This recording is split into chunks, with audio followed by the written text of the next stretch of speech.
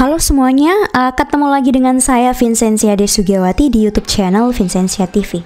Baiklah, di video kali ini kita akan melanjutkan pembahasan soal Olimpiade Kimia OSK tahun 2017 ya.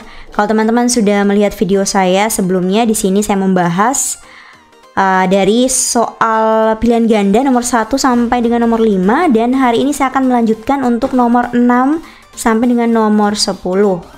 Selanjutnya saya ingin menginformasikan untuk teman-teman yang baru saja berkunjung ke YouTube channel ini, teman-teman bisa memperoleh informasi tentang beasiswa, tentang kursus bahasa Inggris IELTS ataupun TOEFL, dan juga tentang webinar internasional, dan masih banyak informasi seputar pendidikan yang baiklah, kita akan mulai pembahasan hari ini. Kita akan mengerjakan soal Olimpiade Kimia OSK tahun 2017. Nah, kita lanjutkan ya. Sekarang kita masuk ke soal nomor 6. Di antara senyawa alkana berikut ini yang mempunyai interaksi van der Waals paling tinggi adalah. Jadi di sini ada interaksi van der Waals, ini materi kimia kelas 11. Ada senyawa alkana.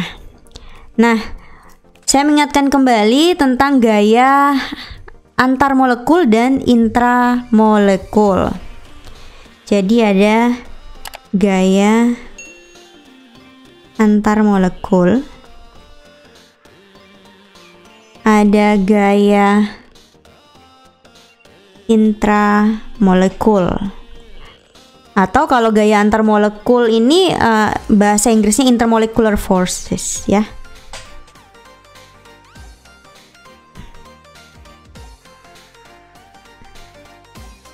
Kalau di textbook ya, gaya antar molekul ini ditulis dengan nama intermolecular force. Sedangkan gaya intramolekul itu intramolecular force. Oke. Nah, gaya antar molekul. Gaya-gaya apa saja yang termasuk gaya antar molekul? Jadi, untuk gaya antar molekul ini yang pertama ada gaya dipol-dipol ya. Gaya dipol-dipol atau yang dikenal dengan dipol permanen ya. Yang kedua ada apalagi? Ada gaya dipol-dipol terinduksi. Ada gaya antar dipol terinduksi. Gaya antar dipol terinduksi, atau ini disebut juga gaya dispersi atau gaya London ya. Kemudian yang termasuk gaya antar molekul ada juga gaya ion dipol, dan ada ini yang sering kita dengar, ikatan hidrogen. Jadi gaya-gaya antar molekul atau yang dikenal dengan intermolecular force ini gaya tarik. Ini saya tuliskan di sini. Jadi gaya tariknya ada di antara molekul-molekul. Jadi antar molekul ya. Gaya tarik di antara, terjadi gaya tarik di antara molekul, molekul. Oke. Nah, dari kelima gaya yang saya tuliskan di sini yang termasuk gaya van der Waals itu ini. Jadi dari nomor 1 sampai nomor 3 ini tercakup dalam gaya van der Waals ya. Cukup jelas ya. tadi kalau gaya antar molekul itu gaya tarik menariknya itu di antara molekul-molekulnya. Gimana dengan gaya intramolekul? Nah, yang termasuk gaya intramolekul misalnya ikatan, ion, dan kovalen. Bedanya apa? Jadi berbeda dengan gaya antar molekul tadi. Nah, kalau gaya intra, jadi di dalam ya, intramolekul, itu gaya yang mengikat atom-atom di dalam molekul. Oke ya, untuk menstabilkan molekul-molekul tersebut gitu. Di soalnya kita harus menentukan dari senyawa-senyawa yang ada di sini ya, mana senyawa yang punya interaksi van der Waals paling tinggi. Jadi yang punya interaksi van der Waals paling tinggi untuk senyawa alkana, kita harus lihat dari berat molekul,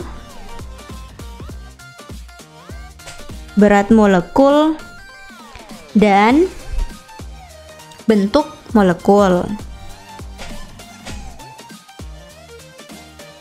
Oke ya.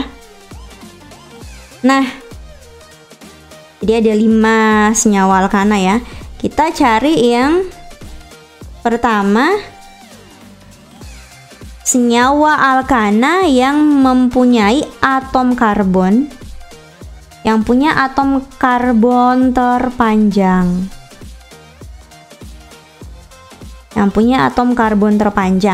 Yang kedua, kita cari senyawa alkana yang punya rantai lurus ya. Kalau ada senyawa alkana yang berisomer, satu berantai lurus, satunya bercabang, misalnya saya kasih contoh N-pentana ya, CH3, CH2, CH2, CH2, CH3. Kalau kita bandingkan misalnya dengan neo ya, neo pentana. Neo seperti ini kan ya. CH3, CH3, CH3, CH3. Nah, yang interaksi van der Waals-nya tinggi itu yang ini ya. Jadi yang N-pentana ini ya. N-pentana ini lebih tinggi ya. Ini yang bercabang gitu. Nah, sekarang kita cek ya satu persatu. Untuk bagian A ada berapa atom karbon? 1, 2, 3, 4, 5, 6. Jadi ada 6 atom karbon. Bagian B 1, 2, 3 atom karbon. Nah, A ini CH3, CH2, CH2, CH2, CH2, CH3. Jadi rantainya lurus ya. B juga rantai lurus, 3 atom karbon. C CH3, CH2, CH2, 1, 2, 3, 4, 5, 6, 3 tambah 4, 7, 8 atom karbon, tapi ini aneh ya. C, cuma C di sini, ini salah ya. Harusnya kalau mau 8 dia bisa C, mungkin ini 7, bisa CH2. Kalau di sini CH2, jadi ada 8 C, 1, 2, 3, 4. 1, 2, 3 tambah 4, 7, 8, ada 8 C. Tapi kalau di sini salah ketik ya, di sini kalau nggak ada C berarti ada 7 atom C. Oke, rantai lurus. Kita anggap aja nggak ada C di sini ya. Yang bagian D, CH3, CH2, CH2 ini rantai lurus ya. 4 atom C. E itu CH3, CH2 3 kali, CH3 1 tambah 3, 4, 5. Jadi 5 ya, 5 atom C, rantai lurus juga. Nah, sekarang kita sudah tahu ya, ini dia. Kita lihat rantai dari senyawa alkana, rantai karbon senyawa alkana yang terpanjang itu C ya, ada 7 atom karbon atau N-heptana.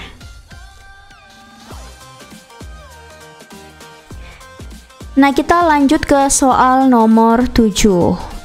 Jika NaBr larut dalam air, maka jenis gaya antar molekul yang harus diputuskan adalah gaya antar molekul. Jadi antar molekul ya. bukan intramolekul, jadi bukan di dalam molekulnya, tapi gaya tarik menariknya itu antara molekulnya, Oke. Nah, NaBr larut dalam air, kita punya NaBr. Nah, NaBr ini senyawa ionik ya, punya ikatan ion. Nah, ketika dilarutkan ke dalam air, nanti NaBr ini akan bentuk ion-ion kan ya. Yang ditanyakan di sini jenis gaya apa yang harus diputuskan jika NaBr larut dalam air. Jadi kita harus memutuskan gaya ion-ion ya, ion positif, ion negatif, kation, anion ya. Jadi gaya ion-ion. Gaya ion-ion pada NaBr. Ada lagi gaya yang lain. Nah, karena NaBr ini dilarutkan dalam air, berarti ada ikatan hidrogen. Nah, gini ya.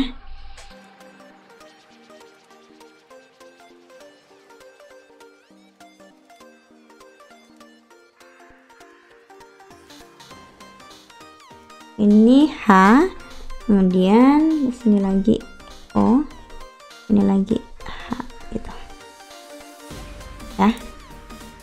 Jadi di sini ya yang diputuskan ikatan hidrogen. Oke.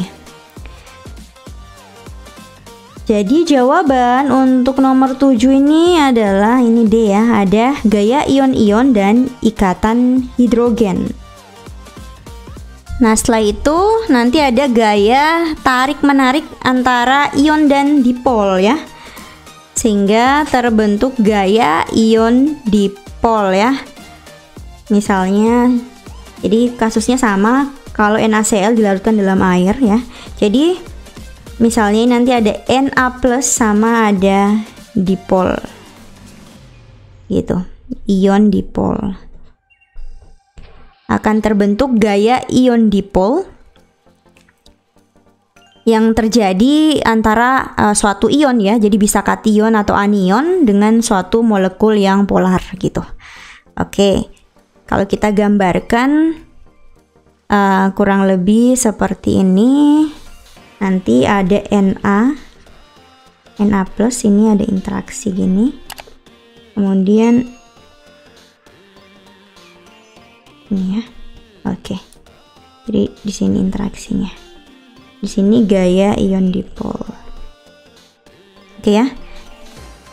Cukup jelas ya. Jadi untuk nomor 7 jawabannya adalah D, gaya ion-ion dan ikatan hidrogen. Sekarang kita lanjut ke soal nomor 8. Di antara teknik-teknik berikut ini yang tidak dapat digunakan untuk menghitung delta H reaksi adalah, jadi di soal ini materi kelas 11 ya, tentang termokimia. Kita harus mencari teknik-teknik yang tidak dapat. Nah, jadi ada di sini ada 5 pilihan. Kita lihat yang tidak dapat digunakan untuk menghitung delta H reaksi. Kita lihat mulai dari pilihan A. Menggunakan panas pembentukan reaktan dan produk, apakah bisa? Kita menggunakan delta H0F, bisa ya. Nah, jadi kita bisa menghitung delta H reaksi. Kalau masih ingat itu ada rumusnya delta H0F produk dikurang sigma delta H0F reaktan. Jadi kalau misalnya ada reaksi, ada persamaan reaksi A tambah B menghasilkan C tambah D.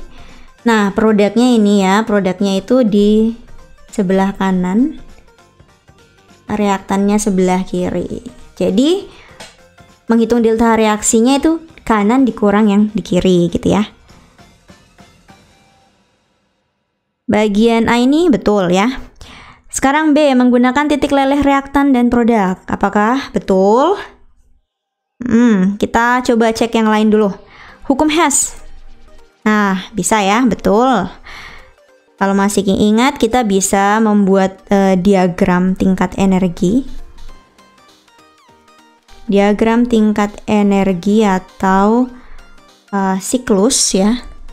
Atau dengan cara susun reaksi juga. Secara susun reaksi. Kemudian D menggunakan energi ikatan reaktan dan produk. Delta H reaksi. Bisa nggak? Bisa ya. Kalau kita punya data energi ikatan, kita bisa menghitung delta H reaksi. Ini masih ingat ada rumus sigma energi ikatan reaktan dikurangi sigma energi ikatan produk ya. Jadi kalau kita lihat ini yang pertama, kalau menggunakan panas pembentukan kan produk dikurang reaktan ya. Tapi kalau menghitung delta H dengan menggunakan energi ikatan, reaktan dikurang produk. Jadi tadi kanan dikurang kiri, sekarang kiri yang ada di kiri ya dikurang yang ada di ruas kanan. Oke ya. Betul. Kalorimetri. Nih bisa ya. Kita bisa menghitung dengan menggunakan kalorimetri. Ini ada rumusnya. Q sama dengan M kali C. Ini C kecil. Dikali delta T atau Q sama dengan C dikali delta T. Ini C kapital. Nah, kalau yang C kecil tadi kalor jenis zat, yang C kapital kapasitas kalor dari kalorimeter ya. Q ini perubahan kalor joule, M-nya massa zat, kemudian delta T itu perubahan suhu. Oke. Jadi jawaban yang betul adalah B ya, menggunakan titik leleh reaktan dan produk, karena kita butuh data ya untuk menghitung delta H dan kita tidak ada data titik leleh reaktan dan produknya.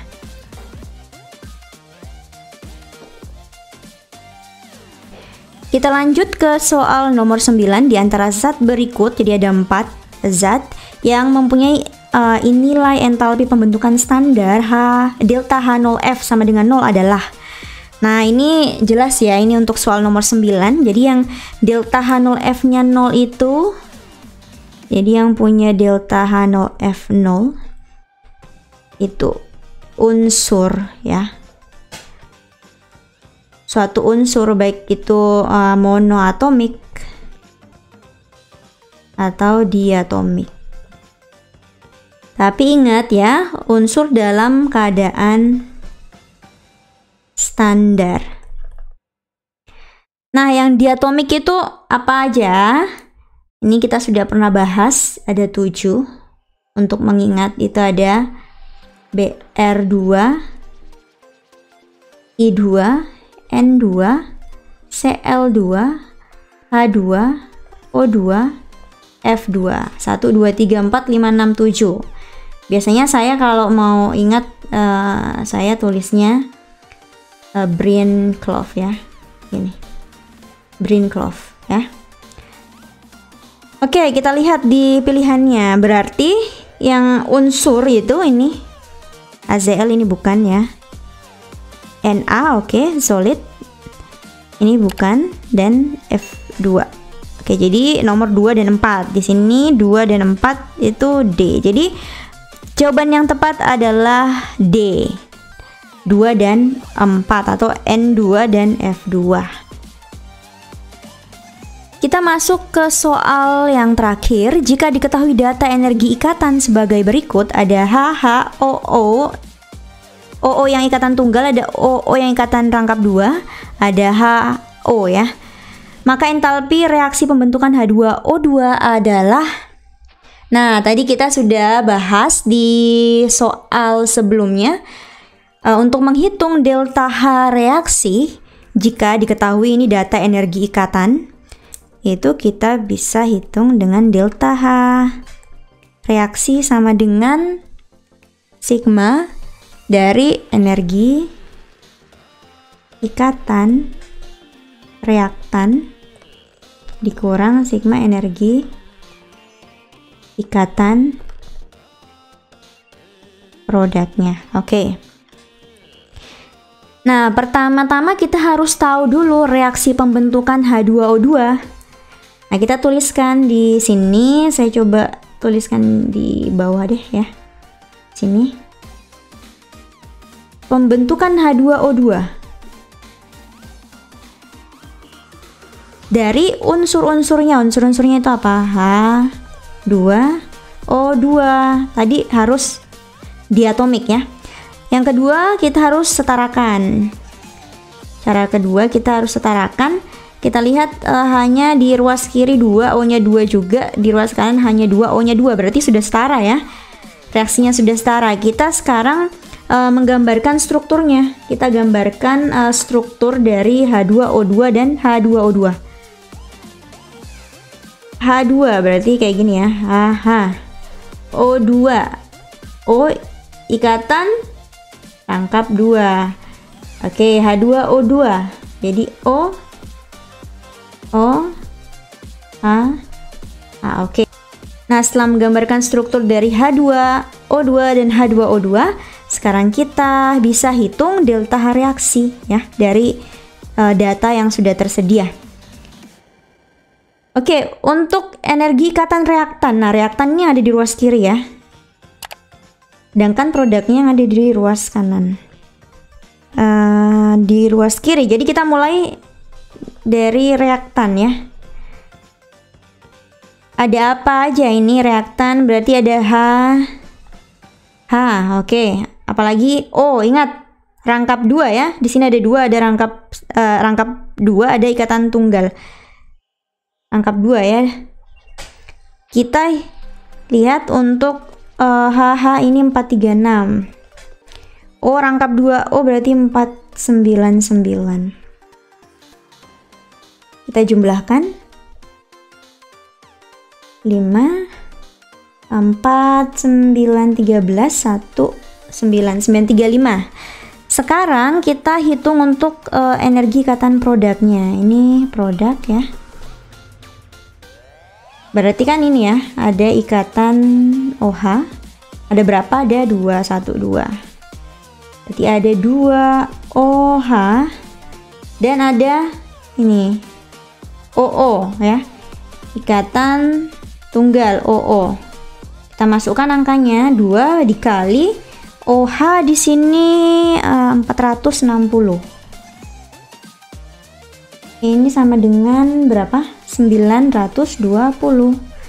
OO tunggal 142. Nah, kita jumlahkan 2, 6, 10 ya. Jadi 1062. Nah, sekarang kita hitung nih delta H reaksinya